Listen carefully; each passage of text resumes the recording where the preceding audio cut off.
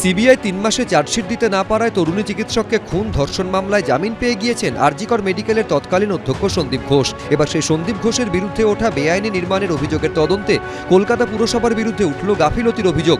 এ নিয়ে মেয়রের কাছে নালিশ জানালেন খোদ অভিযোগকারী। বেলেঘাটার ৮৩ বদন রায় লেনের ৪ তলার এই বাড়িটি সন্দীপ ঘোষের। চেতলার বাসিন্দা অংশুমান সরকার নামে এক ব্যক্তি ১১ সেপ্টেম্বর কলকাতা পুরসভায় একটি অভিযোগ জানান। তার অভিযোগ, সন্দীপ ঘোষের এই ৪ তলা বাড়ির একাংশ বেআইনিভাবে তৈরি করা হয়েছে। গাড়ি পার্কিংয়ের ক্ষেত্রে নিয়ম লঙ্ঘন করা হয়েছে। ৪ তলা বিল্ডিং তৈরির জন্য যে ওপেন স্পেস বা খোলা জায়গা রাখার নিয়ম, তা রাখা হয়নি।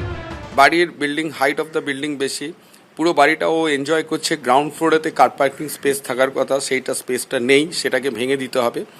তো এর ভিত্তির ওপরে আমি অভিযোগ করেছি এবং ওপরে পারগোলাটা যেমন টোটালি ইল্লিগাল, এটা দেখেই বোঝা যাচ্ছে, সেই ভিত্তিতে অভিযোগ করেছি।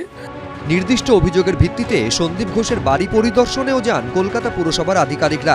আরজিকর মেডিকেলের প্রাক্তন অধ্যক্ষের বাড়িতে পুরসভার তরফে নোটিশও লাগানো হয়। এমনকি এই অভিযোগের ভিত্তিতে গত ১১ ডিসেম্বর কলকাতা পুরসভার হিয়ারিং অফিসার ও বিল্ডিং বিভাগের আধিকারিকদের উপস্থিতিতে শুনানিও হয়। কিন্তু এসবের পরেও পুরসভার বিল্ডিং বিভাগের তদন্তে খুশি নন অভিযোগকারী অংশুমান সরকার। ফের এই সংক্রান্ত অভিযোগের শুনানির দাবিতে এবার পুরমন্ত্রী ও কলকাতা পুরসভার মেয়রকে ইমেলে আর্জি জানালেন তিনি। ফিরহাদ হাকিমকে পাঠানো ইমেলে তার অভিযোগ, পুরসভায় শুনানি চলাকালীন সন্দীপ ঘোষের বাড়ির বেআইনিভাবে নির্মাণ সংক্রান্ত অভিযোগের তদন্ত রিপোর্ট ঠিকমতো পেশ করা হয়নি। তার অভিযোগ, বেআইনি নির্মাণের চিহ্নিত করা অংশগুলি কালি লেপে বিকৃত করে দেওয়া হয়েছে। এমনকি নিয়ম বহির্ভূতভাবে তৈরি করা বাড়ির অংশ ঠিক কতটা তার নির্দিষ্ট পরিমাপও উল্লেখ করা হয়নি। কলকাতা পুরসভার তদন্ত প্রক্রিয়ায় স্বচ্ছতার অভাব রয়েছে এবং রিপোর্টও সন্তোষজনক নয় বলে মেয়রের দৃষ্টি আকর্ষণ করে ফের শুনানির আবেদন করেছেন অংশুমান সরকার। এটা তো হাইকোর্টের আন্ডারে আছে, সুতরাং আমাকে হাইকোর্ট যে স্ট্যাটাস, যে রিপোর্ট চাইবে আমাদের কর্পোরেশন থেকে, সেটা দিতে হবে। সন্দীপ ঘোষের বিরুদ্ধে বেআইনিভাবে বাড়ি তৈরির অভিযোগ সংক্রান্ত মামলা বর্তমানে কলকাতা হাইকোর্টে বিচারপতি কৌশিক চন্দ্রের এজলাসে বিচারাধীন। অর্ণব মুখোপাধ্যায়, এবিপি আনন্দ, কলকাতা।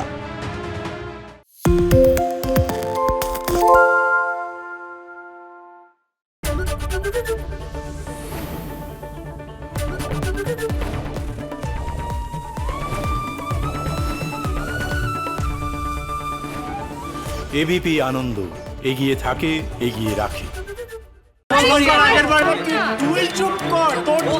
বাংলা ঝামেলা চায় না, বাংলা খবর চায়।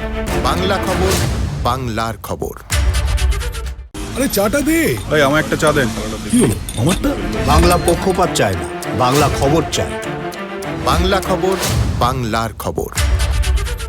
সত্য অন্তহীন, সত্যের খোঁজও তাই, সত্য সন্ধানে তাই আমরা অক্লান্ত, অকুতভয়। এবিপি আনন্দ নতুন ভাবনার প্রতীক, যা মনে মুক্ত, তথ্যে যুক্ত এবং যাবতীয় সীমানার বাঁধন থেকে মুক্ত।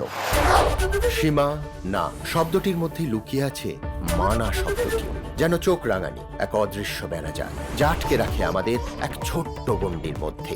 একমাত্র সঠিক খবরই গড়ে তুলবে এক মুক্ত সমাজ। সেই জগৎ গড়ার লক্ষ্যে কোনো সীমানার ঠুকুটি আমরা মানব না। এবিপি আনন্দ, এগিয়ে থাকে, এগিয়ে রাখে।